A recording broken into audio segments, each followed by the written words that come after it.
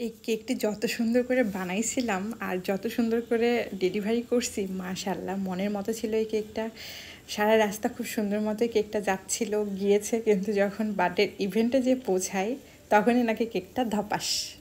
মানে এটা শোনার পরে আমি হাসবো না কাঁদবো কিছু আমি বুঝতে পারতেছিলাম না। কাস্টমার আপু আমাকে যখন পেমেন্টের জন্য ফোন দেয় তখন আমি ওনাকে জিজ্ঞাসা করলাম যে আপু কেকটা কেমন ছিল। তো উনি বলতেছে সবই ঠিকঠাক ছিল, বাট একটা ঘটনা ঘটে গেছে। তো আমার কি এটা মানে কেমন, আমি তো ভাবছি কোনো ভুল টুল হয়েছে হয়তো বা। তখন বলতেছে যে কেকটা মানে একদম খারাপ হয়ে গেছিলো, পড়ে গেছে এখানে আসার পরে। মানে শুনে এত বেশি খারাপ লাগলো। তো কি আর করা, কিছু কিছু অ্যাক্সিডেন্ট মানে হয়ে যায়। আর কেক এমন একটা সেন্সিটিভ জিনিস, মানে যতই সাবধানে রাখা যাক না কেন একটু এদিক ওদিক হইলে শেষ, মানে এটাকে আর ঠিক রাখা যায় না।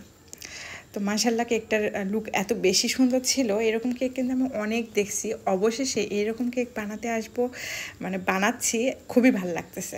আর এই কেকটার ছবি যখন আমি পোস্ট করি সবাই এত বেশি পছন্দ করেছিল, অনেক বেশি রিয়াক্ট পেয়েছিলাম মাশাআল্লাহ। সবাই কিন্তু এই কেকটা অনেক বেশি পছন্দ করেছিলেন। আর কেকটার মধ্যে কিন্তু একদম প্রজাপতির বাগান বানাই ফেলবো। আর অনেকে আমার কাছে জিজ্ঞেস করেছিলেন যে এই রেড কালারটা কীভাবে নিয়ে আসছি। তো তাদের জন্যই বলছি যে রেডম্যানের সেমিজেল রেড কালার, ওইটা দিলেই আমাকে আরও যায় তাড়াতাড়ি রেড চলে আসে। এর আগে কিন্তু আমি হচ্ছে যে ক্রিমের মধ্যে রেড কালার আনাটা দেখাইছিলাম, জাস্ট ওই একটা কালার মিশিয়েই কিন্তু সুন্দর রেড কালার আসে, কোনো রকম স্ট্রবেরি রেড বা চেরি রেড বা অন্য কোনো কালার মেশানোর দরকার হয় না।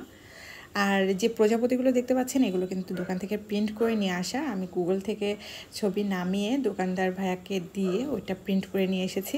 এটার কস্টিং কিন্তু একটু বেশি, কারণ এটা ফটো পেপারে প্রিন্ট করতে হয়, তো এই জন্য কস্ট একটু বেশি পড়ে যায়। কিন্তু এটা দিয়ে কেক ডেকোরেশন করার পর কেকের লুকটাই চেঞ্জ হয়ে যায়। মাশাআল্লাহ দেখছেন এই সিম্পল কেকটা কত বেশি গর্জিয়াস আর অ্যাট্রাকটিভ লাগতেছে, আমার কাছে ভীষণ ভালো লেগেছিল এটা।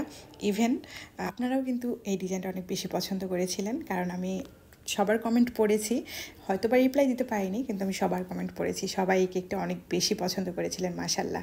আজকে এখানে বিদায় নিচ্ছি, দেখা হবে নতুন অন্য কোনো ভিডিওতে। সে পর্যন্ত অনেক বেশি ভালো থাকবেন। আল্লাহ হাফেজ।